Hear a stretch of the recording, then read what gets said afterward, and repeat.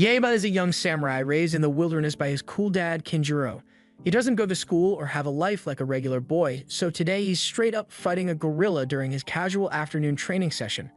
The match starts and Yaiba easily dodges all of the gorilla's attacks, even having time to flex on him. But he gets a little too cocky and gets caught and thrown into the air. With the help of his other animal friends, he's able to get a mid-air boost and he ends up falling down to deliver the strongest overhead sword strike you've ever seen right on the gorilla's noggin.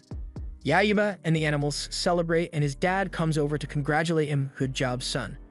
"Beating gorillas is a piece of cake," Yaiba replies. But then all the other gorillas see that their homie just got taken down, so they surround them having dirty looks on their faces. At first, Kenjiro thinks about taking them all on at once, but later realizes that he only has one life, so they all immediately start running away while the gorillas chase them. Yaiba and Kenjiro end up hiding in some cargo crates filled with bananas as they see the gorillas run by. But then one of the blind cargo workers doesn't see them in there, so he places the lid on the box and nails it shut, trapping them inside. Just like that, they are put in a truck, heading straight for Japan. Meanwhile, at the airport, little Sayaka waits around and finally spots her dad, Reizo, walking in. She rushes over to him. "Congrats on winning the Asia Kendo Championship," she says. Reizo pats her head, thanking her, but deep down he feels that he can never be a true champion until he defeats Yaiba's dad, Kenjiro. Just then, they hear some strange sounds coming from behind them. They look back and see Yaiba flying right towards them. Yaiba can sense that Sayaka's dad is pretty strong, so he draws his sword, challenging him to a fight. But Sayaka steps in, trying to protect her dad, using an umbrella as her sword, and boldly asks him who he is. Yaiba confidently introduces himself. After Sayaka's dad hears his surname Kurogane, he starts to wonder whether his dad is the arch-nemesis Kenjiro Kurogane. Our boy Yaiba has never seen a girl before in his life, so he looks at Sayaka and asks her, "What are you?" He realizes that Sayaka is an actual girl, so he goes crazy and immediately tries to find out what's under her skirt, but Sayaka unleashes her ultra instinct and bonks him on the head, which makes Yaiba conclude that girls are scary. Just then, Kenjiro is seen at the other end, running toward them while the police trail behind him. Razor spots him from a distance and gives off an evil smirk. This is the moment he has always waited for, his chance to find out who will emerge victorious in their legendary battle. Razor strikes his pose, but Kenjiro just grabs him. "Let's get out of here, man." After which, Yaiba and Sayaka follow. They take a taxi to the city and Yaiba presses his fat face against the window as he looks at how beautiful the city is. Shortly after, they arrive at Reizo's house, where Kenjiro tells Yaiba things are going to change from now on. "Welcome to your new home."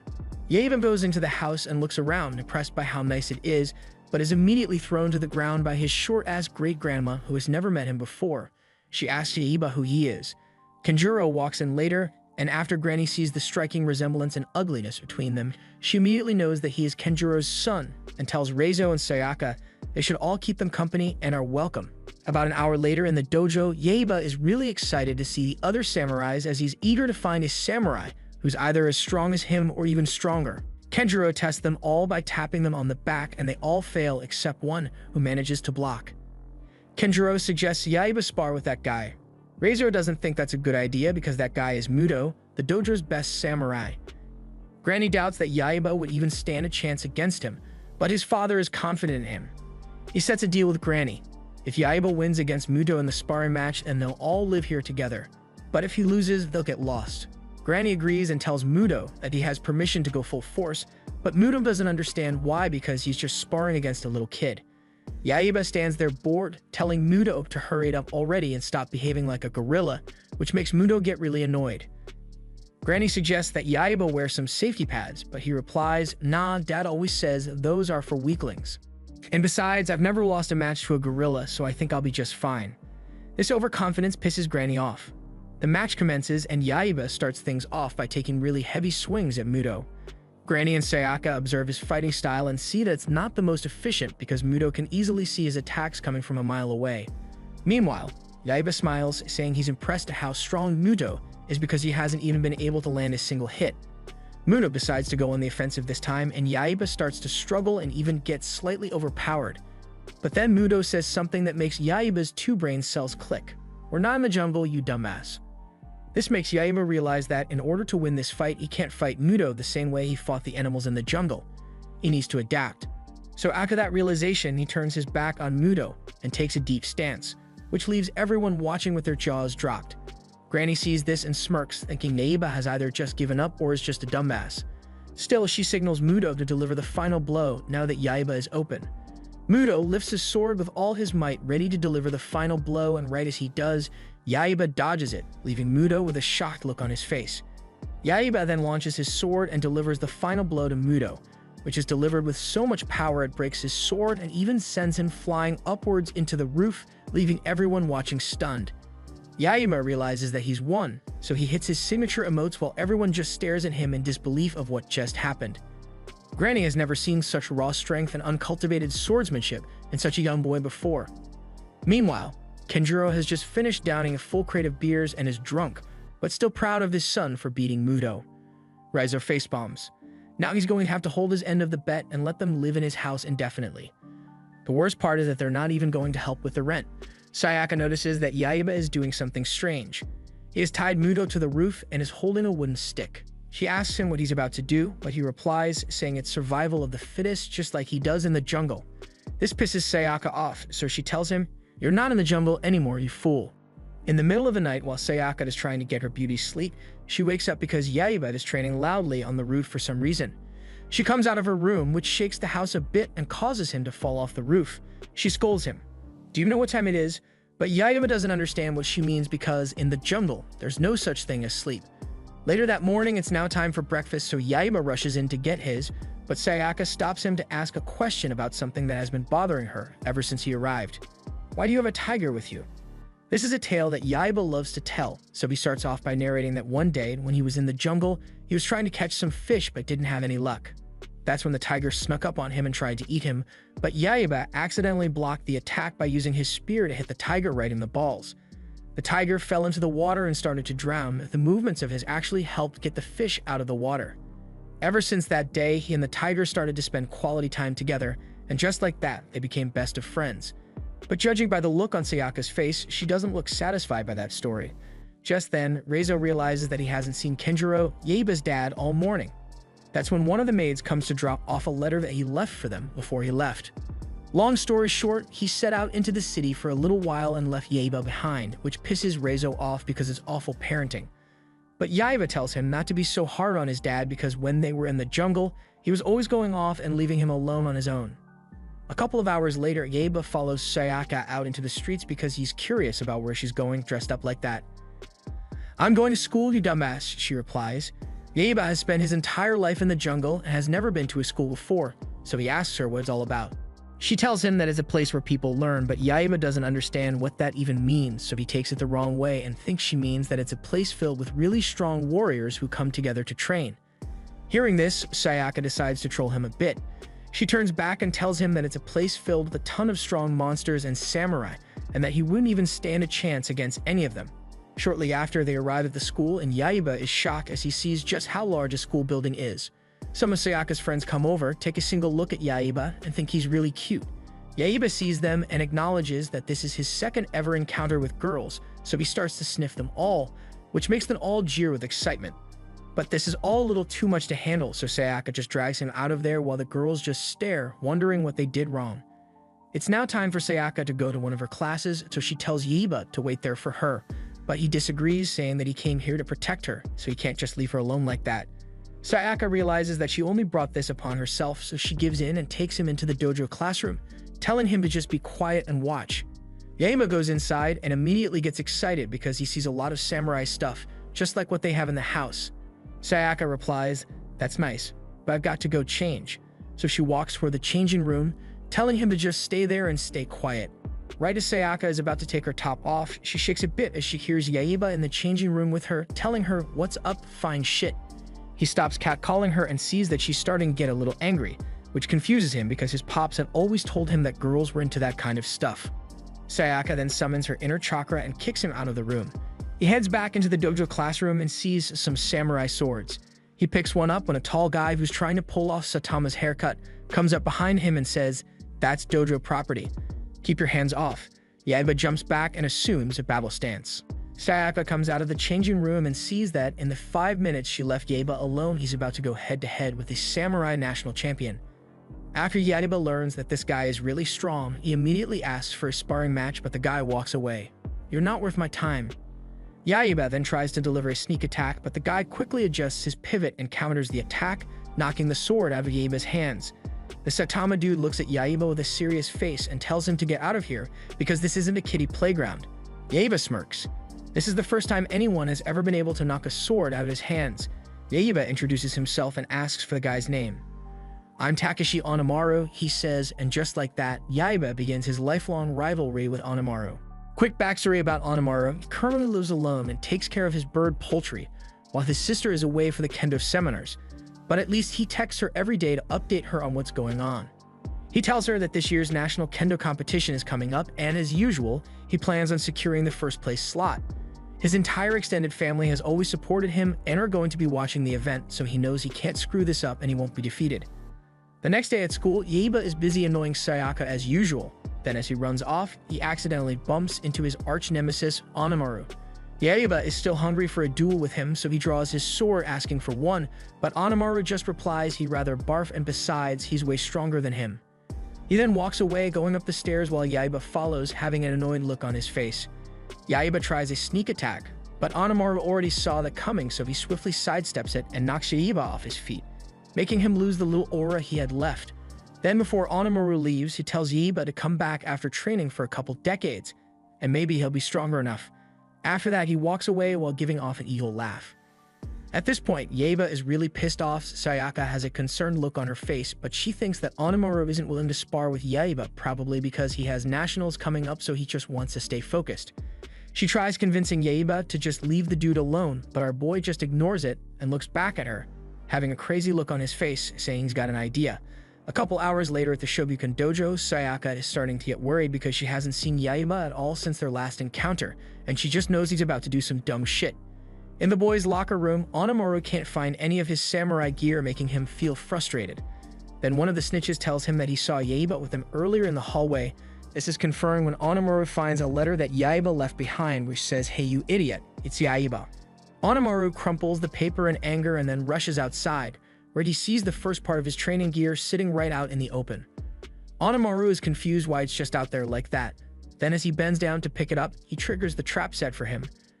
A bucket of water falling from above, but he swiftly dodges it and says it'll take a lot more than that to catch him lacking, with a smirk on his face. Meanwhile, Sayaka has already started training in the dojo, and she's worried because it's been close to 30 minutes since practice started and Onimaru and Yaiba are nowhere to be seen. Onimaru is seen dashing through the hallways as he sees the next piece of his equipment, but right before he gets there, he triggers the tripwire that was set, causing the lockers to fall onto him, but luckily he escapes right in the nick of time. As he picks up the gear, a hidden arrow springs out, but he dodges it, so it only manages to graze his face. He then smirks and hits the most iconic anime one-liner, saying things just got interesting. Yaiba sits on top of the roof, wondering what's taking Onimaru so long to get there, but just then, Onimaru bursts through the door, carrying his gear and panting heavily.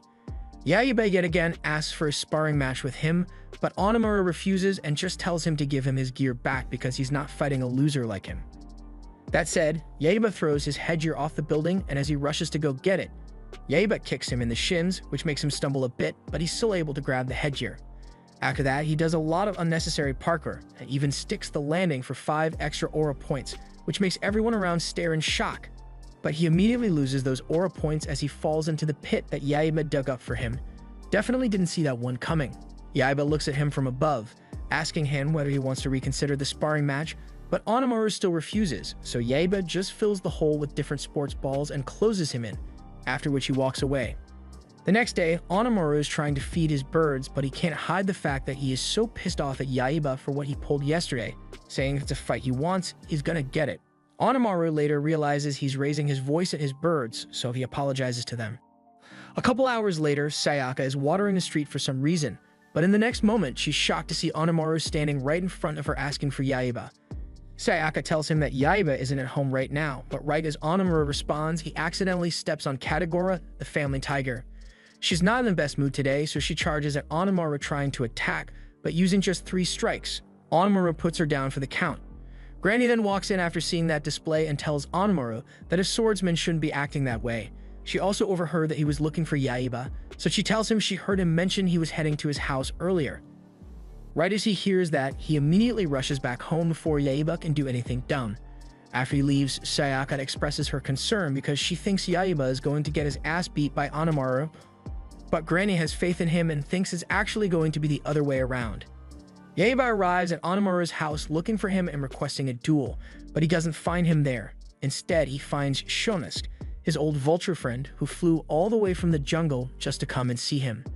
As Anamaru rushes back home, he sees Yaiba flying on Shonusuke in the opposite direction, then a feather falls right in front of him, so he just knows they messed with his bird poultry. Anamaru gets home and sees that his bird poultry has been torn down. The leftover birds even have tears in their eyes because of the trauma they just witnessed. This only makes Anamaru's hatred for Yaiba grow even stronger. Yaiba also gets home and sees that Anamaru had hurt Katagura. Sayaka says it's only fair since he's been messing with him ever since he got here, but Yaiba doesn't care. He's holding a grudge. They both run towards each other and meet in the town square. They draw their swords, ready to fight. One of the police officers tries to separate the fight, but they just tell him to stay out of it. Their match starts with Yaiba delivering a strong kick to the face, but Anamaru calls him a cheat and tells him to only fight with his sword.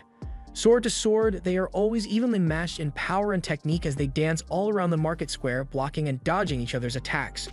Yaiba flips him onto a bus and they continue the fight there, but they are still an even match for each other.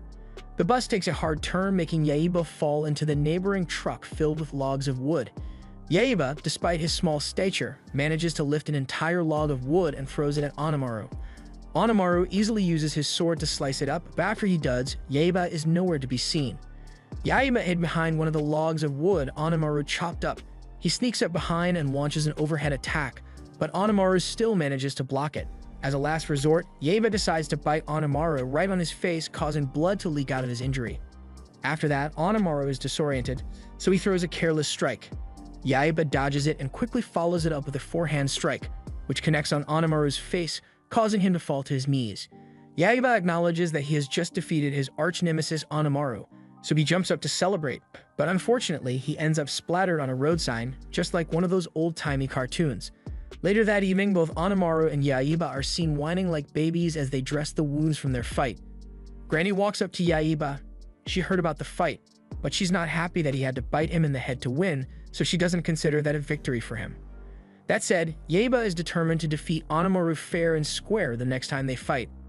After Sayaka is done dressing his wound, he, Katagura, and Shonusuke go up to the roof for some training, but he kicks both their asses in record time. That training method has become way too easy for him now, so he tries blindfolding himself and telling them to attack him, but they aren't too sure why he would want that. Sayaka is also curious why he's doing that, so Granny explains to her that he's training his Shingen. His Shingen opens one's mind perception. If Yaiba masters it, he would be able to sense his opponent and anticipate their next move. It's just like what he did when he fought the samurai earlier. It's a very critical skill in sword fighting. Yaiba tries fighting Shonusuke and Katagura using his perception, but he hasn't mastered it, so he quickly gets knocked down while they celebrate with laughter. Still with that, Yaiba isn't discouraged and says, "Let's try that again." Sayaka observes him and smiles because she just realized how determined Yaiba is, but it doesn't take Yaiba long to piss her off yet again because he refuses to take his blindfold off even at the dinner table, so he's just using his fork to poke around her food. That night, Sayaka is naked in the bathtub, reminiscing all the events that happened today, but just then, Yaiba walks in with his blindfold on and clothes off, and he's wearing a blindfold, so he doesn't even know she's in there. Sayaka blushes as she takes a look at Yaiba's tiny soldier, after which she kicks him out. Meanwhile, Anamaru is currently being tormented in his dreams by Yaiba because of the fight they had the other day. As the ghosts of Yaiba surround him and start biting him in unison, he jolts out of bed, saying, "Oh, it was just a dream." Anamaru doesn't want to be caught lacking, so he gets out of bed and immediately starts training while repeatedly saying in his head, "I'm going to get my revenge." Anamaru has always won every fight that he has fought, so the fact that he just lost to Yaiba in such an uncultured way pissed him off. He knows he needs to get strongest one way or another. It's a must. He gets a taunting image of Yaiba in his head again, so he crashes out and accidentally uses his sword to destroy one of the stone monuments in his home. After he calms down, he realizes that he may have overreacted a bit, but what he finds a lot more intriguing is the fact that there's a hidden staircase in the house that he never knew about. Curiosity gets the best of him, so he steps inside, wondering what this place is. He enters the main room and sees a bunch of statues of old Japanese gods surrounding a pretty cool-looking sword. The sword was too shiny not to touch, so Anamaru tries picking it up, but before he does, the statues start to speak to him, telling him that if he picks up that sword, he will inherit all the power from them and become the strongest swordsman to walk the earth. Onimaru hears this and realizes that with this sword, Yaeba won't stand a chance against him, so he places his hand on the handle, trying to pick it up. A bright blue blinding light emerges from the sword as he picks it up. His body then starts to transform and undergo changes. His eyes turn to a bright red color. After he pulls it out of the ground, there's a bright explosion, and once it settles, Onimaru is holding the sword confidently in the air as it has a bright blue aura around it. But there's also something different about Onimaru. He now has two ugly-ass horns on his head and a striking new confidence. Nothing can stop him now. Meanwhile, Yaeba's granny looks through his magical sword and can tell that the vile Oni has been awakened. The next day, Yaeba is seen on the roof practicing his blindfold fighting technique known as the Kekai. The Kekai is a special technique that marks the finite zone in which he can sense an opponent's attack. So that invisible barrier is referred to as the Kekai. Still, Granny decides to perform a small test on our boy Yaeba, so she throws a rock at him. To both Granny and Sayaka's surprise, Yaeba senses the stone coming and instantly blocks it like a boss, but instantly loses all his aura as the stone comes back down to hit him in the head. The next day at school, Yaeba arrives and all the class baddies surround him, saying he looks really adorable. Sayaka sees this and just stares, wondering what those girls see in a dumbass like him. After that, some of Yaeba's pervy classmates show him some explicit photos of girls with huge water jugs. Yaeba looks at them and casually says that he often takes baths with Sayaka and the ones she has are nowhere near the shapes or sizes of the ones in the magazine. Sayaka obviously overhears this and gets pretty embarrassed, so she's now about to smack our boy over the head with a guitar, but she instantly freezes in shock as Yaeba detects her even without looking back. Just then, some of their classmates draw attention to the window, so Yaeba comes to take a look and sees Onimaru walking into school with those ugly horns on his head. Yaeba observes that Onimaru has gotten bigger and has a shady aura around him, so he naturally starts to get a little intimidated. Onimaru unsheaths his sword and challenges Yaeba to a duel to determine once and for all who's stronger.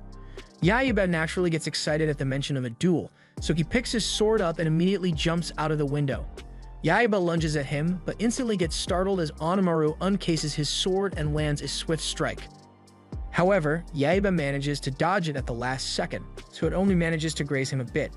Yaeba repositions and yells at Onimaru for playing dirty by using a real sword instead of a fake samurai one. Sayaka and the others realize that's a real sword, so they start to get worried about what the outcome of this fight would look like. Yaeba staggers back, Onimaru lands an overhead strike, but Yaeba is able to dodge and then grabs a steel pipe to use as a makeshift sword. Onimaru sees it and scoffs, "You think you can beat me with that piece of trash," he says. He follows that up with another strike. This time it grazes him on the arm. At this point, Yaeba is really starting to get concerned because he can't even track any of Onimaru's movements before he makes them. With that in mind, he closes his eyes and tries to focus on the Kite technique to try and track his movements. Onimaru could tell Yaeba is about to use the Kite technique, but he just scoffs because he doesn't think that's going to be enough to take him down. He starts with an overhead strike, but Yaeba easily catches it, with his eyes closed for that matter. At first, Onimaru has a shocked expression, then later he smirks, in his mind saying, "Things just got interesting." Onimaru proceeds to launch a flurry of attacks on him, but Yaeba blocks every single one of them without opening an eye. At a point, our boy manages to counter Onimaru's attack by almost landing a direct blow to the face. Following that, Yaeba jumps up into the air and then starts to take the offensive position, and Onimaru is now starting to sweat. After they're separated, Onimaru smirks in confidence because he knows he has something up his sleeve. In the next moment, he draws his sword and unleashes its magic, which sends a swift gust of wind straight at Yaeba, which sends him flying into a wall. Yaeba falls to the ground and Onimaru stands over him, telling him to be a man and finish the fight. Yaeba can sense Onimaru is about to launch another wind attack, so he knows he needs to slash the wind before it gets to him. Just as he predicted, Onimaru launches another wind attack. Yaeba uses his steel pipe to try and stop it, but Onimaru is just too powerful, so he is sent flying backwards deeper into the wall. Now Onimaru plans on ending things, so he draws his sword, ready to deliver the final blow. Sayaka spectates, begging Onimaru to stop, saying he's proved his point so he should just let Yaeba go. Well, that pisses Onimaru off, so he tells her to shut the F up, after which he attacks her by sending a slash of wind. The wind shatters the glass of the windows, scaring off all of Sayaka's classmates, but Sayaka doesn't run. With tears in her eyes, she begs Onimaru to let Yaeba go. Yaeba, although in a dire condition, tells Sayaka to get back, he's going to handle this. Onimaru launches his final attack, a gust of wind that Yaiba is unable to control, so it splits the entire school building in half, sending Sayaka flying with a pretty rough landing. Sayaka musters up some strength, looks up to the sky, and sees that Yaiba has been rescued at the last minute by his little bird friend. Onimaru looks up at him and just starts to laugh maniacally, because he acknowledges this as the first battle he won against Yaiba. Back at home, our boy is pretty sad about losing to Onimaru. He calls himself names such as pathetic and weakling, then proceeds to make a really ugly face while crying. Sayaka and the others see Yaiba sobbing and share feelings of empathy for him. But that's when Yaiba's dad comes out of nowhere with a bright smile on his face and says, "My boy is growing." After that, he sits down and starts by informing Yaiba that what he experienced in his battle with Onimaru was Fujinkan. It's a technique that has immense power and can stir up storms like the god of the wind. Supposedly, its powers have been sealed away, but Onimaru had somehow managed to awaken it. After hearing this story, Yaiba's jaw drops as he wonders whether this means that sword is unbeatable. Kenjiro replies, saying that against the Fujinkan, only the Rajikan sword stands a chance. The Rajikan is a sword that, once grasped, darkens the skies and unleashes a flurry of lightning. Kenjiro thinks back and recalls that an old guy named Miyamoto has the sword. Yaiba is eager to know where he can find the sword, but his father warns Yaiba, with a serious look on his face, even if he was somehow able to get the sword, it would take him years to learn how to safely wield it. Yaiba claps back, saying, "I don't care how many years it takes, I'm going to find that sword and use it to kick Onimaru's butt." Kenjiro finally gives in, saying the sword is up at Mount Tengu. Sayaka hears this and says she knows the place. Yaiba just smiles maniacally, because he knows he's going to make her take him there anyways. Meanwhile, Onimaru is busy checking himself out in the mirror, wondering what he's going to do with all this power he now has. That in mind, he thinks to put his new power to the test. In the next scene, Sayaka wakes up tied to Katagora's back as Yaiba walks in front of them, saying she's going to take him to Mount Tengu to go and get the magic sword. Along the way, Sayaka complains of her clothes being too messy, so Yaiba brings out a couple of clothes he got from her room, but Sayaka doesn't really like the fact Yaiba was rummaging through her clothes. But still, she has no choice but to put them on. Yaiba steps away to go find some food for them to eat, all while Sayaka stands there wondering whether this Miyamoto guy is actually in these woods. About an hour later, Yaiba manages to catch some meat, he roasts it, and everyone seems to be enjoying it. Just then, they all hear a rustling sound. They look back to see what it was. A creepy old grandpa then swoops in from behind and steals their meat. Yaiba spots him at the top of a tree and draws his sword, ready for battle. Sayaka then steps in and tells him to stop because that's the old man Miyamoto his Daz was talking about earlier. Miyamoto jumps down furious. "I'm not that old," he says. Yaiba confidently states that he's here to obtain the Rajikan sword. Sayaka proceeds to beg Miyamoto, saying he should just give them the sword and then they'll be out of his way. Miyamoto surprisingly agrees, so he tells them to follow him. He takes them to his house, but it's more of a tree house.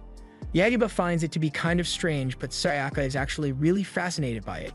What she finds even more fascinating is the fact that he built it all by himself. That aside, Miyamoto goes on to inform Yaiba that many swordsmen have attempted to get past him in their quest to obtain the Rajikan sword, but every last one of them has been reduced to dust. Only a legendary samurai can wield the sword. For over 400 years, he has watched over that sword, waiting for the legendary samurai to come and claim it. The old man's full name is Musashi Miyamoto. Sayaka instantly recognizes that name as the great swordsman, but Yaiba, on the other hand, has never heard of this guy. But he doesn't really care anyway. He just tells Miyamoto to tell him where the sword is so he can go and get it. Just then, Sayaka spots it out in the open, stabbed into the ground. They all immediately head over to it. Sayaka, first of all, tries pulling it out of the ground, but she immediately gets struck by a bright stream of lightning. After that, Miyamoto explains that the blade strikes anyone who's unworthy. Miyamoto thinks them being here is a huge waste of time, so he tells them to leave. But just then, Yaiba pulls it out of the ground with ease. Sayaka is excited. Miyamoto drops his jaw, falls to the ground, and starts to think about his life. Even he wasn't able to pull that sword out in his prime, but this kid has pulled it out with ease. Could he be the legendary samurai he's waited centuries for? That's when he makes up his mind. He's going to mold Yaiba up to be the strongest samurai he's ever known. But honestly, Yaiba might have too much brain rot for that. After that, Yaiba tries to use the sword, but it's so heavy that he falls down with it. Miyamoto sees this and can tell that he's several light years away from mastering that sword. In order for him to brand the sword, he needs to first of all forge a spirit capable of conquering the thunder god's power within. That said, our boy decides to lock in. He draws the sword and maintains a deep stance while trying to summon the thunder god. The clouds get really dark. Yaiba starts to get struck by some thick yellow lightning, while everyone around just looks on. He manages to control the lightning and launches a thick beam of electricity across the floor. Miyamoto can see Yaiba is losing control of himself, so he lunges forward, delivering a swift strike to the back, which makes Yaiba go unconscious. Meanwhile, Onimaru is deep in the magic dungeon where he has just learned about the Raijinkan sword. He knows that if he has that sword, he would be unstoppable. It's a must for him to have it. Meanwhile, Yaiba has finally woken up. However, Miyamoto gives him some good news. The Thunder God has acknowledged him. But in order for him to wield the sword properly, he needs to either conquer its power by true courage or fall prey to its strength and become a demon, which is what happened to Onimaru and why he has those ugly horns on his head. As Yaiba is right now, he has zero chance of winning, but that doesn't demotivate him. He has a determined look on his face while he confidently says he's not going to lose to the Thunder God. He will wield the Raijinkan, and he will defeat Onimaru. Onimaru is still as thirsty for power as ever. He's in his magic dungeon and has just summoned 8 mystic ogres, with their sole purpose being to hunt down the Raijinkan sword. He pairs each of the ogres with some demon assistant to ensure the success of this mission. Meanwhile, Yaiba is deep in the woods, training with Miyamoto to become the next legendary samurai. His first test is to cross the river by stepping only on the lily pads, but Yaiba fails on his first try and doesn't even understand how he's supposed to pull that off. Miyamoto explains to Yaiba that he's not supposed to walk across, but rather whisk himself across and move like the wind. He demonstrates by leaping across the river, moving as light as a feather. He tells Yaiba that if he wants to learn how to do this, he needs to believe in himself, because even the slightest doubt in himself would prevent him from learning how to properly wield the sword. Yaiba is now more determined than ever, so he steps in the river with confidence, but falls into the water like a dumbass. At the same time, Sayaka and the animals decide to start preparing dinner. The scene shifts to the town parliament having a meeting discussing the national budget. That's when Onimaru literally bursts through the door with an ugly-ass monster suit on. The parliament security take one look at him and can see that he's now a full-on monster, so they fire some bullets at him, but he easily blocks them. He throws a slash of wind at the ceiling, which makes it rain glass, all while Onimaru says, "From now onwards, you shall obey me." Back in the forest, Yaiba expresses frustration, saying he gives up because he couldn't get it on the first try. Miyamoto looks over his impatient behavior and says that Yaiba reminds him of another samurai he has trained named Kojiro. As expected, Yaiba has no idea who that is, and Miyamoto almost chokes hearing Yaiba doesn't know the great Kojiro Sasaki. Kojiro was a once-in-a-generation swordsman. He was also really handsome too, but of course not as striking as Miyamoto. He was impulsive just like Yaiba and would always rely on his strength without focusing on tactics and strategy, and unfortunately, that was what led to his downfall. Miyamoto hands Yaiba a shed sword known as a scabbard. It's basically a sword Yaiba can use for the meantime until he is able to wield the Raijinkan. That evening, Sayaka is busy making dinner in the kitchen. That's when she gets 2 unexpected visitors. A 10 out of 10 Japanese baddie and a weird guy in a red cloak. Sayaka comes to the door, and the lady casually asks the whereabouts of the Raijinkan sword. Sayaka replies, casually telling them it's currently with Yaiba, but little does she know that these are 2 of the evil ogres Onimaru set out to obtain the Raijinkan sword. Sayaka accepts them with open arms, telling them to come inside and wait for Yaiba to get back. Sayaka invites them in for dinner. The guy in the red cloak is easily stuffing his face with a bowl of ramen. Sayaka suggests he take his cloak off, he's probably really hot in it. He thanks her for being so kind and agrees to take it off, but the lady uses her monster tail to slap him back to his senses. Just then, Yaiba walks in, saying he's starving. Sayaka welcomes him in and tells him that they have company. Miyamoto hasn't had any action in a long time, so he gets a little overexcited when he sees the beautiful lady inside the hut. But that's when the 2 guests decide to show their true colors. They launch an attack at Yaiba, throwing him out of the hut. Miyamoto takes an offensive stance against them and asks who they are. The guy in the cloak finally reveals himself to be a fat-ass crocodile named Dorota. The once beautiful lady transforms into a giant snake named Zapapukamus.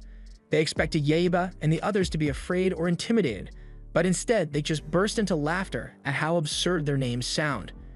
This pisses the ogres off, so they unleash their minions. Sayaka sees that things just got a lot more serious, so she tells Yaiba to stop laughing and focus. Right before they can get attacked, Yaiba springs into the air and lands a coordinated attack on the first wave of minions. Miyamoto observes that move from Yaiba and informs Sayaka that it's called the Shoken, a technique that uses laughter to agitate one's opponent and create an opening. Yeah, it's a sneaky move to use, but throwing one's opponent off guard is the most basic of the basics. Miyamoto watches how easily Yaiba is taking the minions down.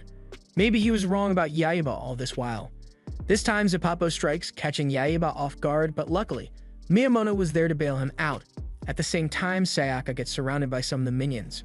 She bluffs, saying they should get back because she knows jujitsu. One of them grabs her from behind. Katagura sees this and immediately springs into action trying to save her, but by the time he gets there, she already took him down with a single strike to the head. Meanwhile, Jiroda starts to fight Yaiba. He uses his long-ass tongue to grab the sheath of the sword, forcing Yaiba to unsheath the sword and unleash the power of the Thunder God. Miyamoto sees this and knows this is bad news because Yaiba hasn't been able to contain the power of the Thunder God, meaning that he'll likely get consumed by it. Yaiba gets consumed by the Thunder God, just like Miyamoto expected. He's about to deliver a very deadly slash of lightning, but luckily, Miyamoto is there just in time to knock him unconscious. But strangely, Yaiba regains consciousness and is now stuck in the Thunder God mode, meaning that he has no control over his mind or body. He roars and then sends a thunderbolt towards Miyamoto. He swiftly dodges it, but it ends up setting his treehouse on fire. Yaiba starts to attack everyone in sight, including the ones on his side. Miyamoto looks at Yaiba and shakes his head. Yaiba is now too far gone. The Thunder God is going to devour him if this keeps up. In the next moment, Yaiba locks eyes with Jiroda and is about to land a fatal blow on him, but Miyamoto steps in at the last second and protects him. He further asks Jiroda for a temporary truce, saying they'll need to work together to defeat Yaiba or else they're cooked. Jiroda understands the situation and agrees. Given the current situation, they are left with no other choice but to cut Yaiba down. They both charge at him, but Yaiba is somehow able to handle both of them at the same time, after which he launches a heavy thunderbolt, which destroys a tree that almost crushes Katagura and Sayaka. Miyamoto now has a new plan. He attacks from above while Jiroda attacks from the side. Jiroda sticks to the plan and stalls Yaiba for a second. Then in the next moment, Miyamoto jumps in about to deliver the final blow, but Yaiba still manages to block it. As their swords collide, the orb containing the power of the Thunder God falls out, so Yaiba returns back to his senses and is no longer under the influence of the Thunder God. Jiroda and Miyamoto jump up in celebration at the sight of this, but immediately separate themselves after they realize they technically still are enemies. Right now, Zeppo's minions have taken Sayaka hostage, so she tells Yaiba to give up the sword if he ever wants to see her again. She then instructs Jiroda to get rid of them, but Jiroda remembers how it was Miyamoto that saved him when Yaiba went out of control. Zeppo can tell Jiroda is now having mixed feelings, so she charges towards him, but Yaiba appears in front protecting him. "Isn't he one of you?" Yaiba asks. Zeppo replies, saying Lord Onimura has no time for pathetic, sentimental fools. The battle between Zeppo and Yaiba begins. Yaiba runs into the woods as a way of drawing Zeppo away from the others. Yaiba passes through the woods and easily defeats some of the minions, but when it comes to facing Zeppo, she's a lot stronger than he expected, so he's easily struck down. Yaiba distances himself from Zeppo as he thinks of his next move. He sees that Zeppo counters every attack he's made, so he charges at her, but this time tries something new. He spins the blade while running at her. He is knocked back again by Zeppo, but this time the blade maintains its centrifugal force and continues to spin. Some of the minions come up from behind. Yaiba throws the spinning blade at them, and it's so sharp that it's able to slice an entire tree into multiple pieces. As Yaiba chases the minions down, Miyamoto observes his technique and informs Sayaka that it's an old spear fighting technique that uses centrifugal force to keep the blade spinning. Zeppo can tell there's no way he's going to defeat them at this point, so he thinks he might be able to take some credit if he returns to Onimura with the Raijinkan orb. Yaiba sees that Zeppo is trying to get away with the orb. The only way he can get to him is by crossing the river, so without thinking, he swiftly steps across the lily pads and reaches the other side in a matter of seconds. Then he uses his Senpuken technique to slice Zeppo clean in half. After that, Zeppo transforms back into a normal snake. Yaiba releases him back into the wilderness and tells him to stay like that. Later that night, they all camp outside because Yaiba did burn down Miyamoto's treehouse. But Miyamoto isn't angry about it. He knows it wasn't his fault. Just then, Sayaka shows them real-time news coverage where Onimura broke into the National Diet Building. Onimura has now transformed into a full-on monster, and on seeing this, Yaiba knows he has to hasten his training with the Raijinkan because that's the only way he'll be able to defeat him. Hearing this, Miyamoto makes up his mind and decides that they're going to Ganryu Island to obtain a secret weapon that is made in the same way as the Raijinkan. Miyamoto has hope that it could provide a hint as to how to better wield the Raijinkan. Miyamoto can't say for sure Yaiba will master the sword, but he definitely does have some potential. Then the next morning, they begin their journey to Ganryu Island. But as they travel, an airborne drone is seen floating above them, monitoring their every move. Deep in Onimaru's lair, his other ogre servants report to him saying the Raijinkan sword is now in Yaiba's possession. Onimaru hears this and finds it absurd because he doesn't think Yaiba would ever be able to wield that sword. Mr. Spider, the ogre in charge of all the planning, says according to his calculations, Yaiba is as good as dead because he sent one of the strongest ogres, Mr. Slug, to go and retrieve the sword. Mr. Spider pulls up a video of Mr. Slug, confident that he'll be able to take Yaiba down in record time. Onimaru takes a look at this and is more concerned as to why no one is assisting Mr. Slug. Mr. Spider replies, saying that's because it took him quite a while to get there because he is a slug after all. Onimaru still can't get over the fact that he was so confident in Zuppo to get the sword, but she was unsuccessful, and to make matters worse, Hiroda has now even joined Yaiba's side. Hearing this, Mr. Spider just cackles, saying it was all part of his plan. Meanwhile, Yaiba has been battling Mr. Slug for the past 30 minutes now and hasn't been able to land a single blow because its mammoth, slime-covered bulk can resist any attack. Luckily, the group is smart enough to know that slugs hate salt, so they throw several bags of salt into the sky.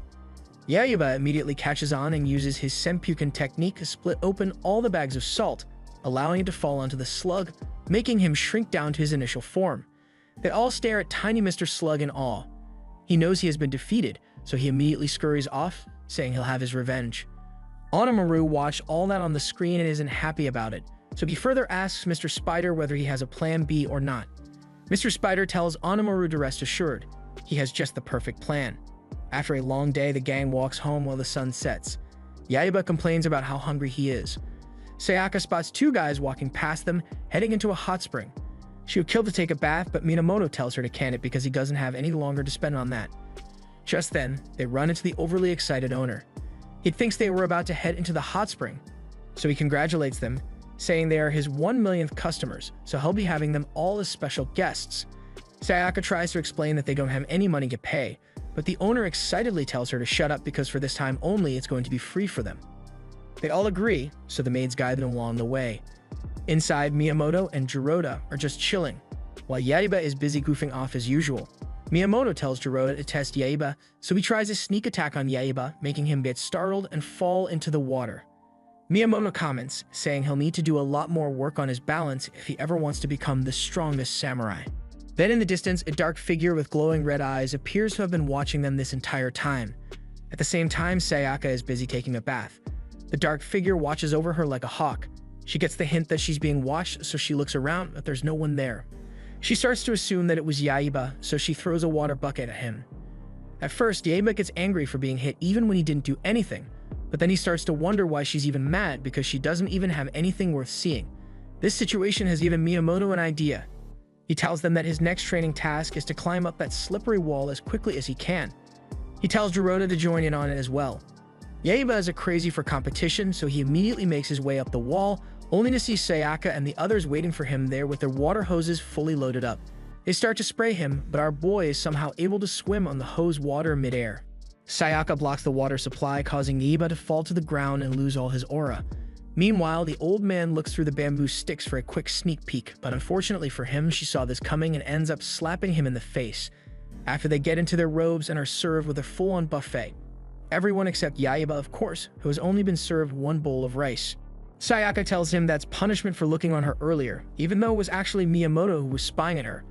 Back at Onimaru's lair, Mr. Starfish informs his colleague that he has been spying on Yaiba and the others for the entirety of today, and he can confirm that he is the one with the Raijinkan sword, and for some reason, he even takes it with him into the bath. That aside, he puts on a serious face while saying they have to figure out a way to get the Raijinkan sword.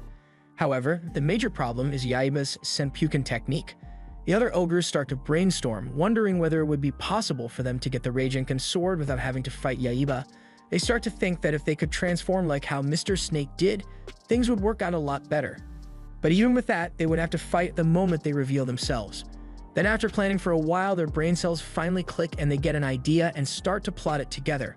Meanwhile, Yaiba has just devoured several bowls of white rice because although Sayaka said it was okay for him to eat rice, she never specified the limit. Just then, the overexcited owner pops out of nowhere to inform them that they are holding a special event made just for them named Kimatamashi.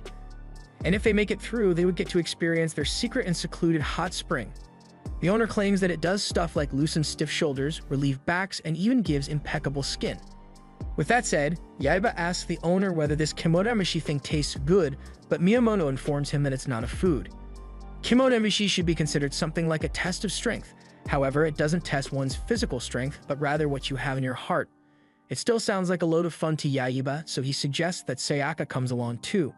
Judging by the look Sayaka has on her face, she's not too sure about it, but the manager tries to persuade her, saying it's an extremely special hot spring, one they won't find elsewhere.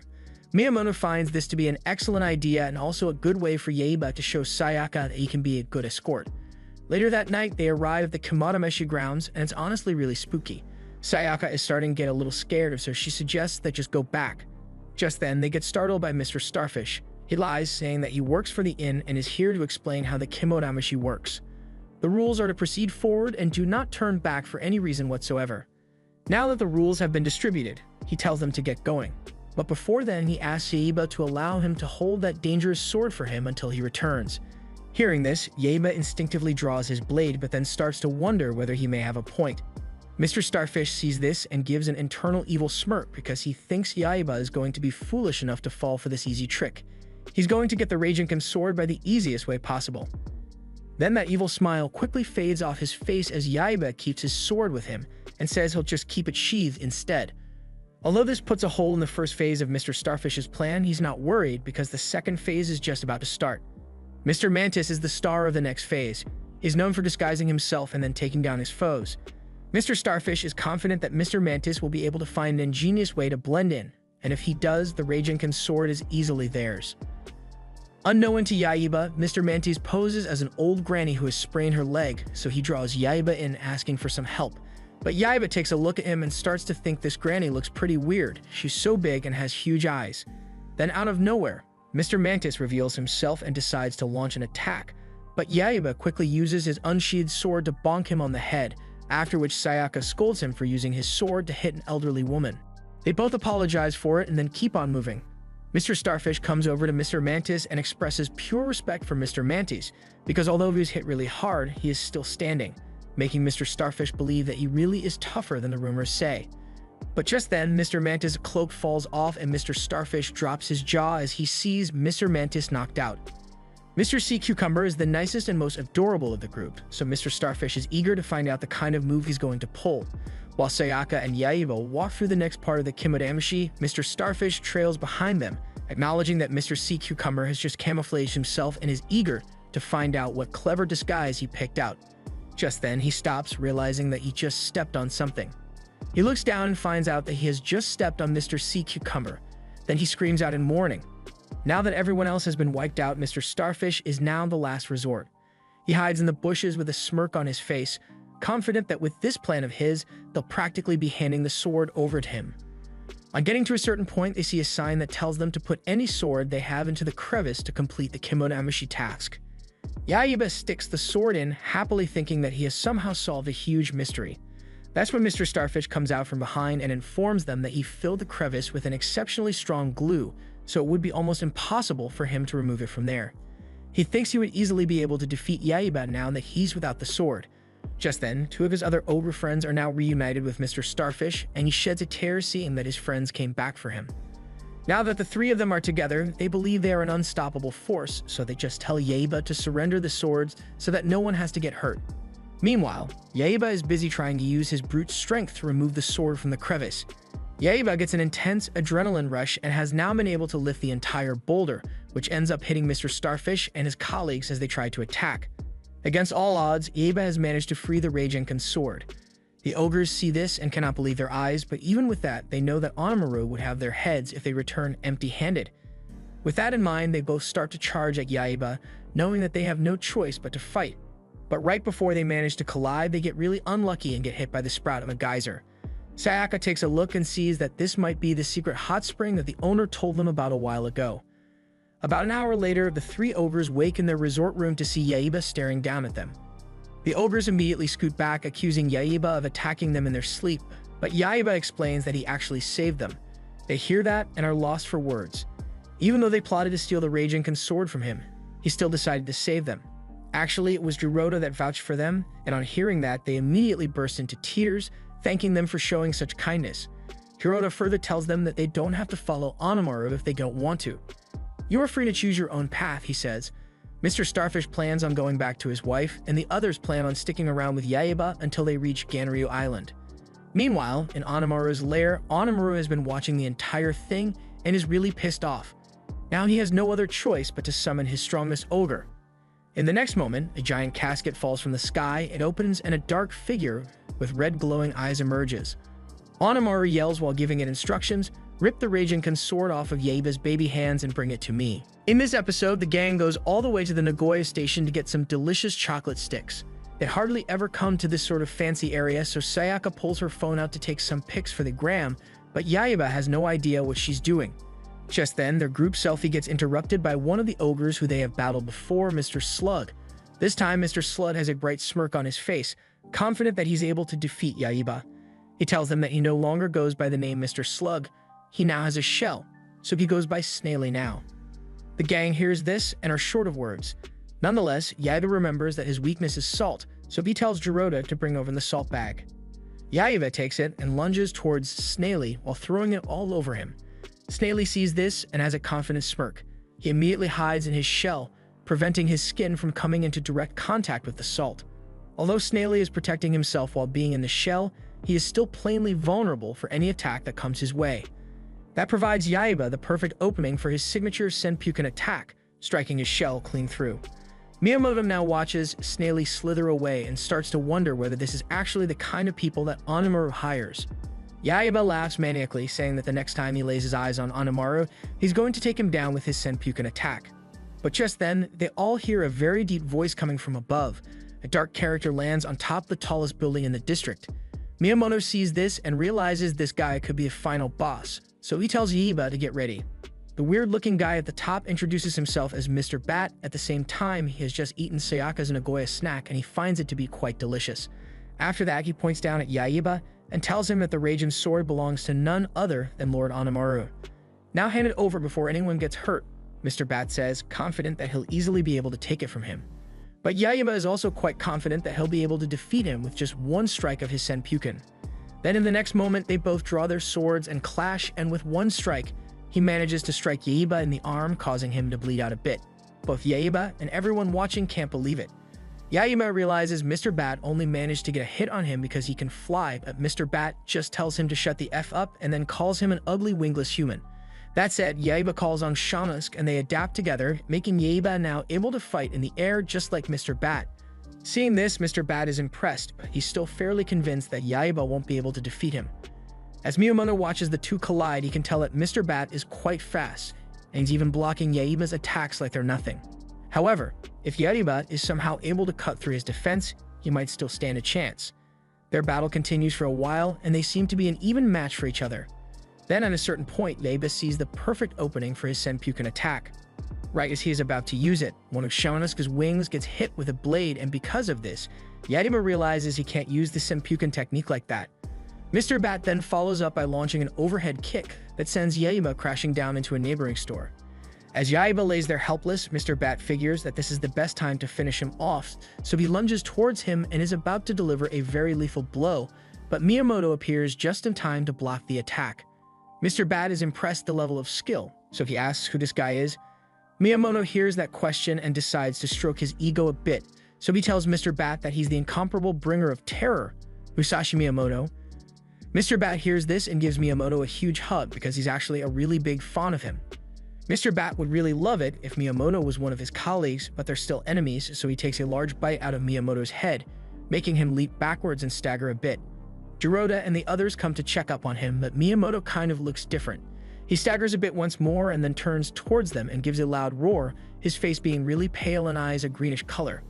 Following that, Mr. Bat orders his minions to now attack Sayaka, but Yaiba swoops in to attack at the last minute, after which he hops on Shaunusk and flies away with Sayaka. Right as Yaiba thinks he's safe, Mr. Bat comes flying in from above and starts to attack them. At a certain point, Mr. Bat gets close enough that he ends up cutting off one of Shaunusk's wings. Yaiba and Sayaka then start plummeting to their doom. Yaiba grabs Sayaka and tells her not to let go, then they end up falling deep into the river. Meanwhile, Mr. Bat acknowledges that Yaiba managed to get away this time, but both Miyamoto and Shaunusk have now become his minions. With this, he knows he's one step closer to claiming the Raging Sword. Later that night, Yaiba and Sayaka sit together on the bridge. It's obvious they feel bothered about what happened to Shanosuke and Miyamoto. Because of this, Yaiba tells Sayaka to hand him the orb that gives him the power of a Thunder God. He knows that's the only way he would stand a chance against Mr. Bat. However, Sayaka fears that if he uses the orb again, he might get consumed by the Thunder God's power again and become a demon, just like what happened to Onimaru. Yaiba argues, saying he'll be fine and that he's been training. Even with that, back when Yaiba got consumed by the Thunder God's power, Miyamoto was there to snap him out of it, but now, there's nobody here to do that for him. At this point, Yaiba is really frustrated because not even his signature Senpuken attack was able to stop Mr. Bat. He's going to need to think of something clever to take him down. Just then, their hearts drop as they hear Mr. Bat's voice call out to them from afar. He's confident Yaiba won't escape this time. He summons several of his demon minions surrounding Yaiba. However, he does give Yaiba one last chance to hand over the Raging Sword without anyone getting hurt, but Yaiba is no coward. He manages to single-handedly defeat all of Mr. Bat's minions, but Mr. Bat swoops in and knocks him to the ground. Yaiba struggles to get up. With his current situation, he knows there's nowhere for him to run. Just then, Katagura bursts through Mr. Bat's minions. Both Yaiba and Sayaka are ecstatic. Mr. Bat sees this and is honestly shocked because he expected one of his minions to have taken Katagura down by now. But nonetheless, he sees this as a futile struggle for Yaiba. They both ride on Katagura's back, heading in the south direction, and judging by the look Yaiba has on his face, you can tell that he has a plan. About 10 minutes later, they take refuge in an old abandoned house, but Sayaka knows that it's only a matter of time before Mr. Bat finds them. She turns her back and sees Yaiba in a really ugly samurai suit, wondering where he's going with this. Katagura's spidey sense activates, so they all assume their best hiding spots. Mr. Bat bursts through the door and doesn't see anybody, although he can sense their presence, so he slices through one of the samurai suits and sees Sayaka in there. This provides the perfect opening for Yaiba to come up from behind and land a perfect strike on Mr. Bat. Yaiba knows that was a clean strike, still he wonders whether that would be enough to put Mr. Bat down for good. In the next moment, Mr. Bat is dazed but still standing because he blocked it. This makes Yaiba hate himself for not using his Senpuken technique. The strike only managed to remove his sunglasses, but Mr. Bat is still really pissed off. He's surrounded by a fake purple aura, so you know he means business now. Mr. Bat chases Yaiba back and forth until they reach the top of the roof. That's when Yaiba is about to draw his sword. He realizes that the Raging Sword is missing. With the sword missing, Mr. Bat is certain that he'll be able to defeat Yaiba. Meanwhile, Sayaka has just found the Raging Sword lying on the floor, so she tries to pick it up, but she can't even pick it up, so she wonders how Yaiba has been carrying it around all this while. Nonetheless, she calls over Katagura to help pick it up. She knows she has to get it over to Yaiba or else she's cooked. Along the way, they run into some of Mr. Bat's minions, but they quickly run past them because they know they don't have time to face them. Meanwhile, Yaiba is locked in a heated battle with Mr. Bat without a sword. Though he manages to dodge and weave through the attacks, it's clear he's on the losing side. Just then, Katagura and Sayaka arrive to toss him his sword. He immediately tries to use his Senpuken technique, but Mr. Bat tosses a dark orb inside it, which would prevent it from spinning.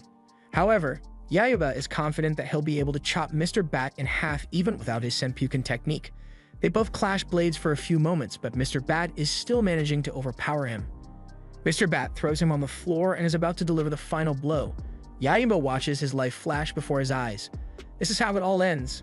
Sayaka sees this and thinks Yaiba is going to die, so she screams, and coincidentally, a ray of light bounces off her amulet and shines directly on Mr. Bat's face. That's when Yaiba's two brain cells click, realizing that bats hate sunlight. He immediately picks up his sword and uses it to run round the room and slices it open, taking the roof off and making Mr. Bat more exposed to the sunlight. Now the roof is off, Mr. Bat shrieks in pain and the dark orb he put on the Raging Sword fades away, meaning that this is his chance to use the Senpuken technique. He launches it, and in an instant Mr. Bat is split in half and deforms back into several bats that end up flying away. Yaiba has just saved the day again, so he hits the signature samurai pose for extra aura points. Sayaka runs over to him and hugs him, but he pushes her away, saying he's not focused on girls right now. Later that day, the gang are seen at the park having a snack, but Yaiba has refused to eat and is even training. He knows he still has a long way to go. For now, they need to head to Ganryu Island before Onimaru's poison spreads even wider. Yaiba has never been more determined. He needs to get stronger if he's going to be able to take Onimaru on. That same night in the town square, everything seems to be going just fine until several people look up and start to notice a giant, scary blimp floating in the middle of the sky. News reporters immediately start to cover the scene, informing the general public that Onimaru has appeared and is planning to take over the National Diet Building and turn it into his own castle. He even plans on taking over the whole of Japan at a point. Onimaru is then seen flying across the sky at the top of his blimp, having that same ugly smirk on his face. He speaks to the commoners, telling them to bow for him and that Japan is now his. The commoners hear this, and let's just say they're not happy about it. They say they'll never bow down to him. Onimaru sees that the citizens are retaliating, so he decides to give them a little sneak preview of the kind of power he holds. He draws his sword and uses his wind magic to slice a tower building in half, which makes the citizens start to get scared as hell. After the building falls, Onimaru tells them all to remember what they all just witnessed, after which he gives off an evil laugh. On the blimp, Mr. Spider draws Onimaru's attention and informs him that Mr. Bat just got smoked by Yaiba. Onimaru is surprised to hear this because Mr. Bat was one of his strongest ogres.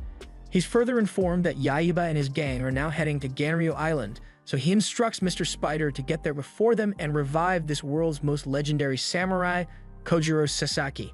Meanwhile, Yaiba and the others are in a boat that's sailing towards Ganryu Island. Miyamoto stands in front, telling them the story of the great Kojiro Sasaki.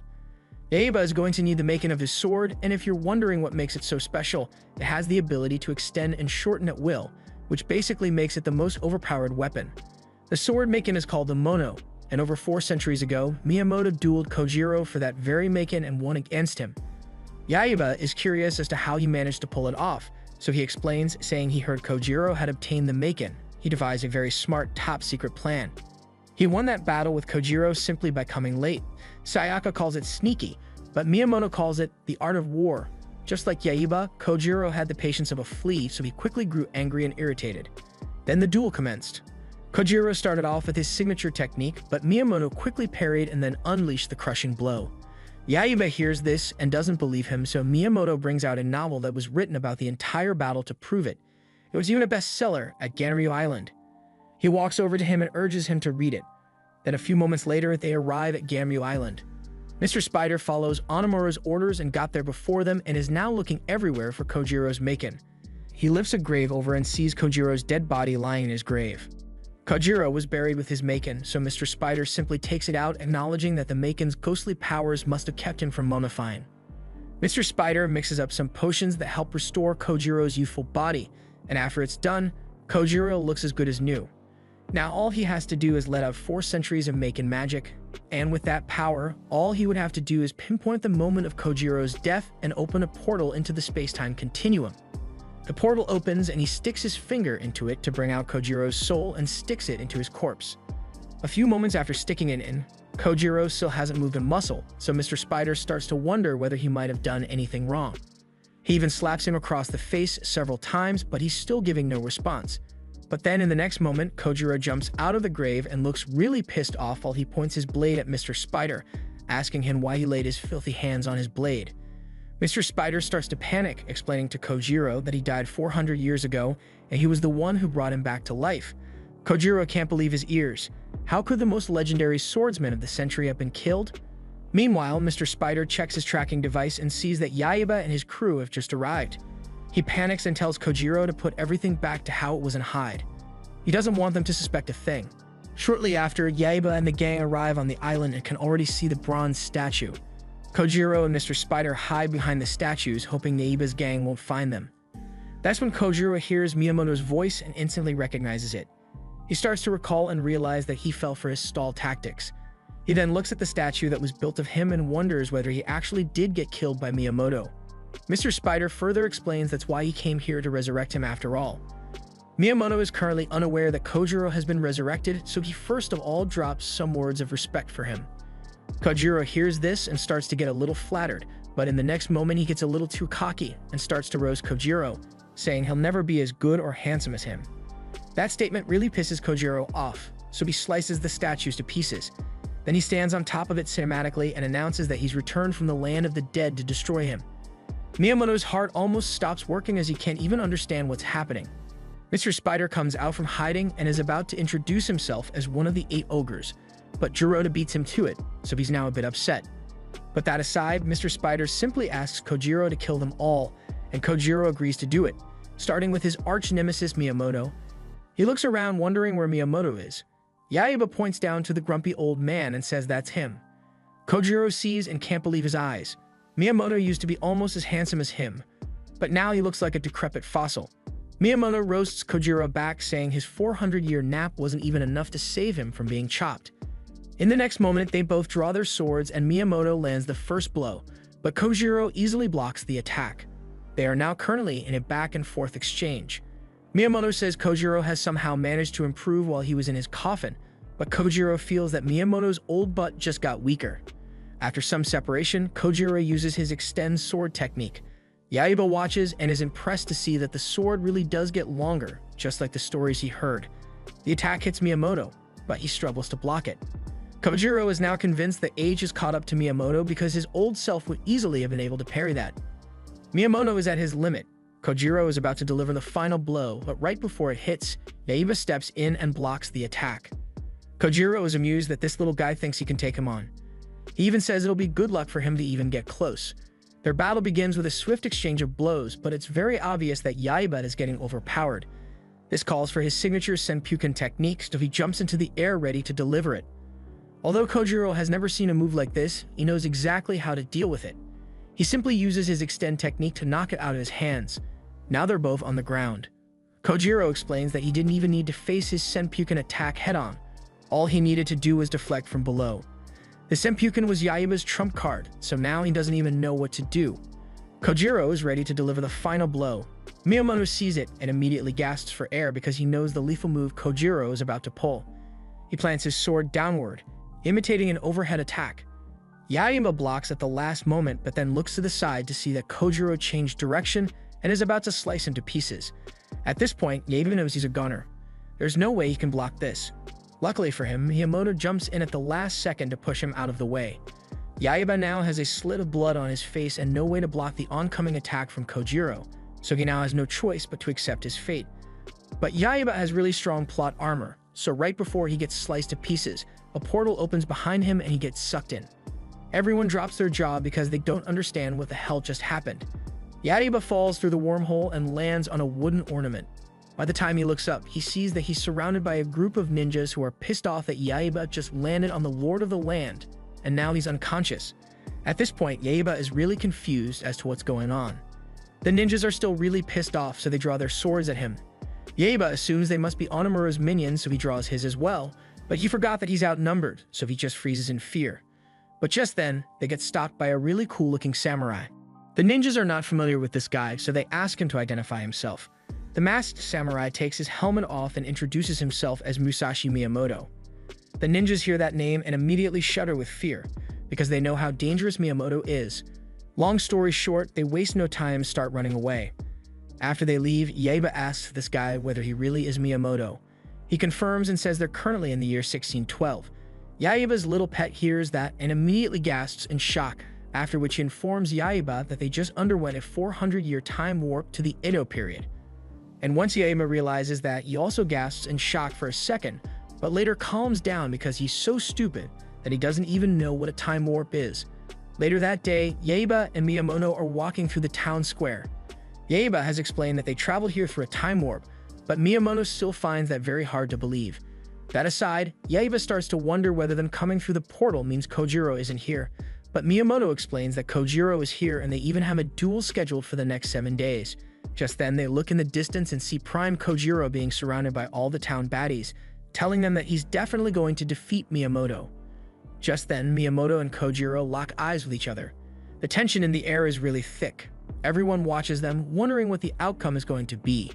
As they walk closer to each other, a construction worker's wood block falls and is about to hit them, but they show their samurai skill and slice the wood, carving them into perfectly shaped chopsticks. The crowd goes to check it out and sees that they even engraved their names on the chopsticks and managed to cut exactly 10,000 each. They're evenly matched. After that, they walk past each other in slow motion, saying they both can't wait for the day of their official duel to come. Yaiba's pet starts to brainstorm and recalls that Lord Onimura mentioned that Kojiro's body was still usable.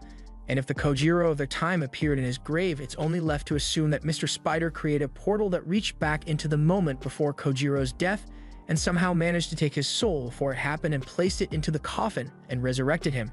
Since they were moving really fast when they traveled through the portal, they believe they might have traveled back even further before the time of his death. Yaiba considers that to be good news because if that's true, it means the portal would show up again when Miyamoto wins, then they can just hop in and get back to Sayaka and the team. Yaiba is now kind of excited because now he's going to get stronger and going to get a rematch with the Kojiro of his time. Later that night, Miyamoto takes Yaiba back to his house.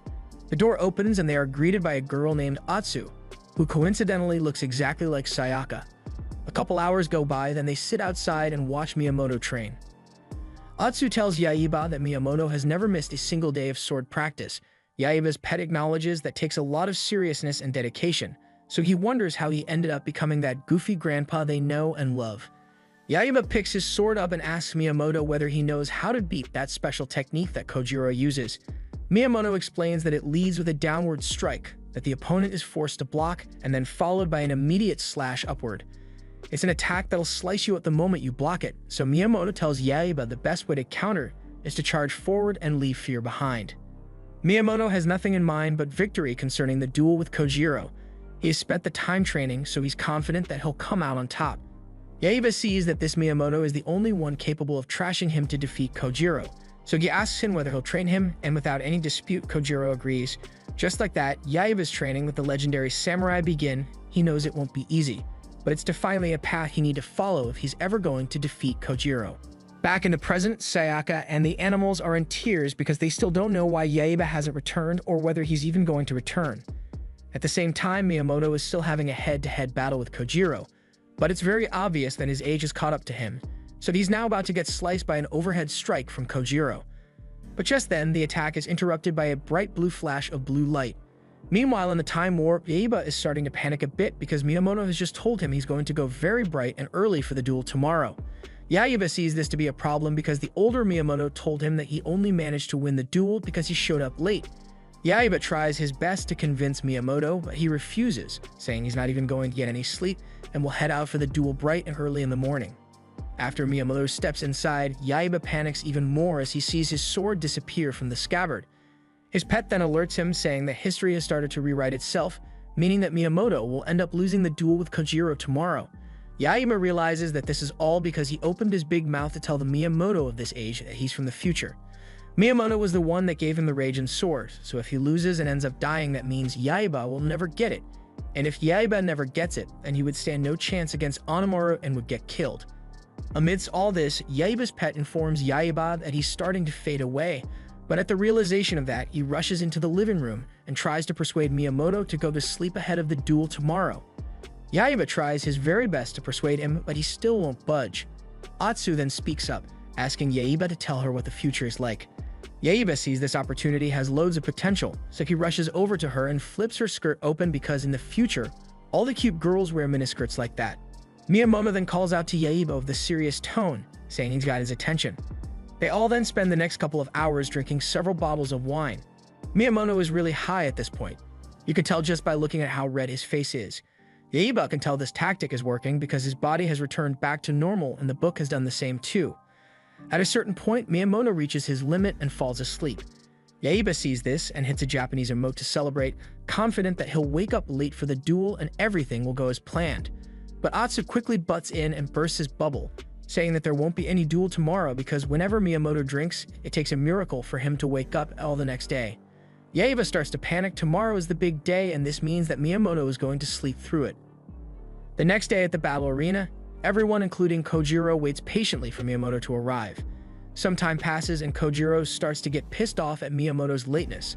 Kojiro writes a note on a scroll and places it on his sword, after which he uses his extendo technique to extend it all the way to Miyamoto's house. The sword note bursts through the wall and Yaiba picks it up trembling. It's clear now that Kojiro is pissed off.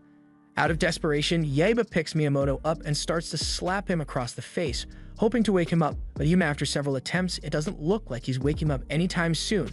Just then, Yaiba's pet unexpectedly has an idea. The old Miyamoto told him over and over how his duel with Kojiro went down, and it's all even documented in that book. Yaiba hears this and quickly catches on, realizing that it's up to him to make sure that history repeats itself. At the arena, Kojiro's patience is starting to wear thin. That's right, when his opponent calls out and lands right in front of him. Yaiba stands on some stilts for a height boost and is disguised in Miyamoto's clothes, but Kojiro is so much of a dumbass that he can't even tell the difference. Yaiba is confident that he'll be able to defeat Kojiro. All he has to do is follow what Miyamoto said. Yaiba charges at Kojiro, remembering that Kojiro's first attack is going to be the Tsubamegashi. In order for him to land a decisive blow, he would need to charge forward and delete any fear he has in him. Kojiro lands his first strike, but Yaiba messes it up, so he gets slammed into the ground. Kojiro lands a couple more blows with his sword, which Yaiba manages to dodge, but his stilts get taken out, so he's now back to being a short king. Yaiba lays there on the floor, not knowing what to do. Kojiro is about to deliver the final blow as life flashes before his eyes, but by the time he opens them, the real Miyamoto was there to block it for him. At this point, Kojiro's brain is not braining. How are there two Miyamotos? Miyamoto assures him that he is his true opponent, and now that Kojiro is sure of that, their battle begins with some light sword clashes. Kojiro uses his sword extendo technique, but Miyamoto flexes on him by easily jumping over and standing on it. Yaiba spectates and is at a loss for words. After some separation, they both charge towards each other. Kojiro uses his Tsubamegashi, but instead of just blocking, Miyamoto charges forward and counters. Yaiba's jaw is dropped. He saw that move as one that was 100% unbeatable, but somehow Miyamoto managed to pull it off and deliver a head-on blow to Kojiro's noggin, marking Miyamoto's victory. Yaiba spectates and is happy to see that everything went as planned and Miyamoto won. But now time for the canon event to take place, so Kojiro's soul flies out of his body and the portal opens up, which Mr. Spider reaches through and grabs it. Yaiba realizes this is his only chance to get back to Sayaka and the others, so he and his pet waste no time hopping in. Now back in the present, old man Miyamoto is currently on his last legs against Kojiro. That's when a blue light flashes brightly, and by the time it dims down, Yaiba appears right in front of him to block the attack. Seeing this, Miyamoto and Sayaka are ecstatic. Yaiba draws his sword and has a serious look on his face, saying to himself that this time he's going to defeat Kojiro's Tsubamegashi. Kojiro launches it. Yaiba deletes all the fear in him and manages to block Tsubamegashi for the first time ever. Kojiro is shocked. Miyamoto celebrates it with passion. Still, Yaiba gets knocked down by Kojiro's sword extendo technique. Kojiro advises him to give up. He doesn't have a sword making, so there's literally no way he's going to defeat him. Still, Yaiba doesn't give up. He stands up and recalls what the young Miyamoto taught him. A true samurai must first of all believe in himself. Old man Miyamoto hears that and realizes that Yaiba is now ready to control the power of the Thunder God, so he urges Sayaka to give him the Raijin Sword Orb. Sayaka throws it, and it sticks perfectly into the sword. However, Yaiba is scared that he might get turned into a monster again, but Miyamoto just tells him to shut up and use it anyway. Yaiba activates the power of the sword and is immediately covered by a yellow aura of thunder, and in the monster realm, the Thunder God has gripped him tightly, and he's struggling to break free. Everyone looks on, wondering what the outcome of the Raijin Orb would be. At a certain point, they fear that Yaiba might have been consumed by the Thunder God again. But he proves them wrong by actually managing to control it. Now he glows with a bright green aura. Kojiro senses the change in Yaiba's strength, but still doesn't think that'll be enough to take him down. That's until he launches a thunderbolt in his direction, which he dodges by slicing his statue neatly into pieces. Kojiro tries to clown him for using projectiles, but Yaiba reminds him that he's the one with the magic stretchy sword. Then in the next moment, Yaiba summons his strength and launches a really heavy thunderbolt at Kojiro. Kojiro tries his best to block using his extendo technique, but it easily gets overpowered and gets sent flying. Kojiro has now been defeated, but Yaiba is suddenly starting to lose control over the sword. Miyamoto tells him to take it out. Yaiba struggles with it for a while, but then it falls out and he's now back to normal. He's now really exhausted, so he falls over and takes a little nap. As Yaiba remains unconscious, Miyamoto stares at him while acknowledging that this blade holds frightening powers. It demands complete physical and mental focus, but yet Yaiba still managed to persevere. He really has come a long way. Later that night in Onimaru's lair, he's having a meeting with a crazy-looking doctor who has just agreed to work for him. Mr. Spider then walks in. Onimaru immediately asks him for the Raijin sword. Mr. Spider panics a bit, telling him that he wasn't able to get it. However, he was able to resurrect Kojiro. This appeases Onimaru, after which he tells Kojiro that he would work for him. But unexpectedly, Kojiro refuses, saying he has no obligation to work for him.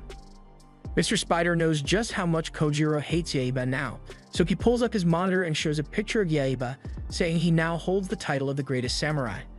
Kojiro hates the fact that the title of greatest samurai was stolen from him, so just like that, he vows to hunt Yaiba down and kill him, no matter what it takes. The next morning, Sayaka finally returns back to her family home and her parents are really happy to see her. But what she forgot to mention was that she brought along a lot of guests. Granny hears the news of her return and sees all the weird-looking people she brought into her home, and in a loud tone she asks, "Who the hell are you guys?" Sayaka takes her time to introduce them one by one, starting with Jiroda. The next she introduces as the great Musashi Miyamoto. They all hear that name and are in utter disbelief. Granny almost has a heart attack as she realizes that this old fart is the legendary Musashi Miyamoto. She heard all the rumors of Miyamoto being really handsome. He was someone she looked up to as her hero, so it breaks her heart when she finds out that he's chopped. Yaiba looks into the living room and can't believe that Kojiro is just sitting there, casually sipping his tea. Sayaka's mom mentions that she met him downtown. Apparently, he's been having some fun with Sayaka's mom. Miyamoto goes straight to the point and asks Kojiro what he's doing here. Kojiro explains that he's not here as a competitor, but here to visit an old friend. That's what Kojiro says, but deep down, he knows that he's here only to steal the Raijin sword from Yaiba. He believes it's the only thing standing between him and becoming the greatest samurai in the world. Later that day, they all have dinner discussing how effective Yaiba's Senpuken technique was against all the ogres he faced. Looking at the size of the Raijin sword, Granny is impressed that Yaiba can constantly carry it on his back. She sees it as a sign of maturity for him. Yaiba is confident that he's going to use it to pulverize Onimaru, but Miyamoto tells him to hold his horses because he still has a long way to go. He needs to learn how to control the sword and even needs to learn some new techniques. The thought of Yaiba learning new techniques intrigues Kojiro because it means he may become a bigger threat than he already is. That said, Yaiba and Miyamoto agree to start training as early as tomorrow morning for a new technique that would suit the Raijin sword. A couple moments later, everyone jokes around and eats, but not Kojiro. He knows that he needs to act before Yaiba becomes a greater nuisance. Later that night, Miyamoto plans on training Yaiba ninja style. Tonight, he's teaching Yaiba the art of stealth, and their first mission is to take a sneak peek at Sayaka while she's taking a bath. They arrive at the bathroom and are about to assume their peeking positions, but they accidentally step on a tree branch, so Sayaka hears them and pours a hot bucket of water over their heads. 10 minutes later, the two buffoons are seen with ice packs on top of their heads. Kojiro accuses them, saying it's because they wanted to get a sneak peek at Sayaka, but he denies it, saying it was just a coincidence that they were there at the exact same time. Yaiba rushes to take a look at Sayaka. Staring at her alone gives him a bright idea, so he runs out of there while telling Miyamoto to follow him. Shortly after that, everyone steps into the garden as Yaiba announces that he has a new fighting technique to show them. Yaiba draws his sword cinematically and attaches a light source to it, and at first it looked kind of cool to Miyamoto, but he later realized that he just attached a flashlight to his sword. Miyamoto yells at Yaiba at the top of his lungs, telling him that won't work during the daytime. After that, Miyamoto walks away disappointed, telling Yaiba that he should let him know when he's actually come up with a useful technique. Sayaka and Jiroda just walk away too, agreeing that it may take Yaiba a bit longer to perfect the technique. Yaiba spends the entire night till morning on the roof in his thinking pose, trying to come up with a new technique for the Raijin sword.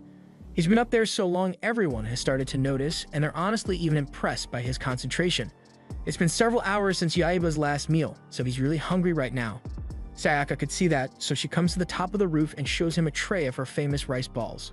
Yaiba gets ready to dig in, but instantly remembers that Miyamoto told him not to take another bite of food until he comes up with a new technique. With that in mind, he immediately turns his back, saying he doesn't have any time for rice balls. Jiroda and the others continue to make fun of his sword technique hunt, so it makes Yaiba crash out, telling them all to shut the hell up. Several hours later, Yaiba is still at the top of the roof, swinging his sword in different directions, trying to create the most effective sword technique. Just then, there's a stream strike of lightning, which makes him smile because he's just gotten an idea of what his new technique is going to be. Shortly after that, he assembles Kojiro and Miyamoto, telling them that in the time they were gone, he has been able to cook up 3 new fighting techniques.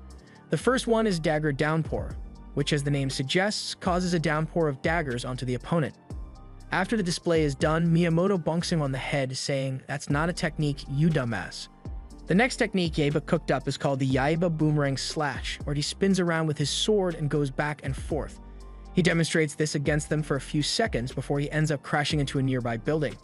Kojiro assumes that Yaiba is nowhere near creating a new technique, so he starts to walk away. He's seen enough. But Yaiba is yet to show them the third technique he learned, which is known as the Orb-less Lightning Strike. He jumps into the air and lands his sword in a zigzag motion against Kojiro. Kojiro is able to block it and push Yaiba away, but still he's shocked at the technique he just witnessed. This only means Yaiba is very close to finding the perfect technique. Miyamoto walks up to him and says that this lightning slash technique has some potential. Yaiba's perseverance is finally starting to pay off. Miyamoto can tell that it's only a matter of time before he learns how to control the Raijin sword. A sweat runs down Kojiro's face. He needs to steal the Raijin sword from Yaiba before he perfects this technique. The next day during Yaiba's training, he climbs to the top of a bamboo stalk and uses his new lightning slash technique to slice and dice the bamboo into pieces. Miyamoto counts the bamboo cutouts and scolds him because he only managed to cut 13 pieces. Yaiba hears this and is confused as to why that's even a problem. So Miyamoto explains that given the shape of the bamboo stalks, he's easily supposed to have like 50 cutouts of bamboo. That said, Yaiba climbs to the top of another bamboo stalk and tries again, but this time he falls on his face like a dumbass.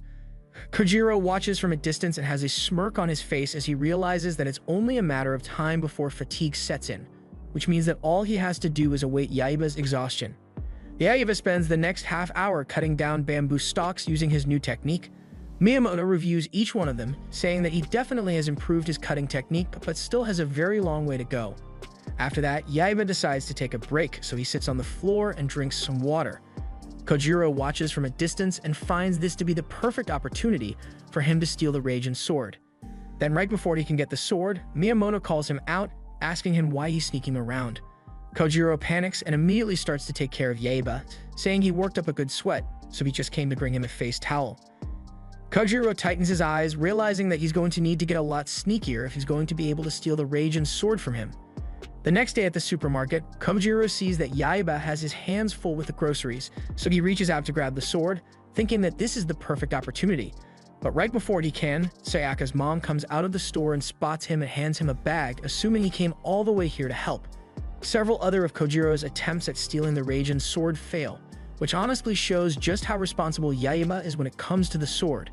That afternoon, Yaiba walks into the living room.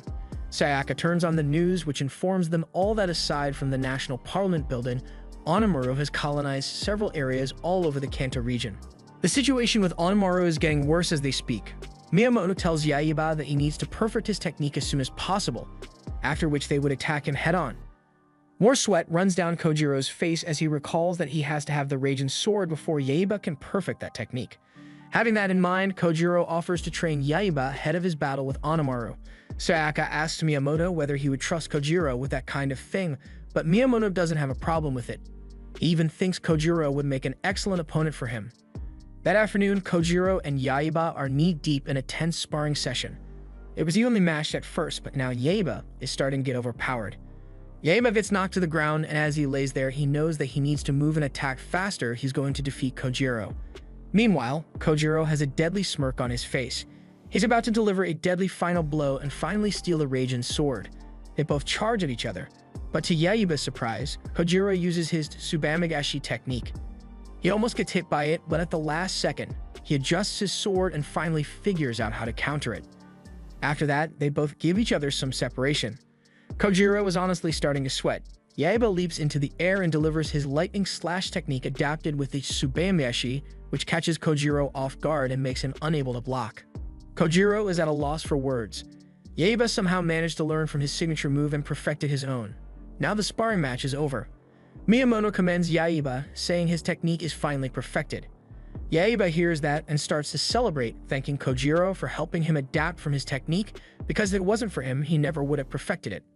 At this point, Kojiro realizes that he just messed up big time, so he squats on the ground angrily, while Yaiba trash talks about how he's going to kick Onimaru's ass. Later that night, they all gather in the living room and start to discuss strategy of how their attack is going to look like. Jiroda starts off by informing them that Onimaru is likely sitting at the top floor. However, the castle is heavily guarded by shadow monsters, which means that they can't just barge in or else they'll get captured. Miyamoto gives a suggestion, being that they gather all the women at the front of the entrance and then throw a fabulous party to distract the monsters. But just as you thought, that's a terrible game plan. Just then, Yaiba's two brain cells click. Since Onimaru is sitting on the top floor, he suggests that they just swoop in from above on Shonetsuke. Miyamoto finds this to be an excellent plan, so they all agree that's what they're going to do. So later that night, Miyamoto gathers everyone outside as they get ready to infiltrate Onimaru's castle. Miyamoto gives the signal and they all head out in unison. Meanwhile, Onimaru watches them on a screen in his lair and sees that they're coming his way. He already saw this coming, so he orders his minions to take their stations and guard the front gate. On reaching the entrance of Onimaru's castle, there are a lot more shadow monsters than expected, which means the tiger team are somehow going to need to attack from above. But tigers can't exactly fly, so they don't know how they're going to pull this one off. Kojiro tells them that he has it under control. He uses his magic sword extendo technique to spring his team up to the top of the building, so with that, they should be just fine. As Yayiba flies in on Shonetsuke, he sights Onimaru down there. Having a light smirk on his face, he immediately jumps down to attack. He's putting an end to this once and for all.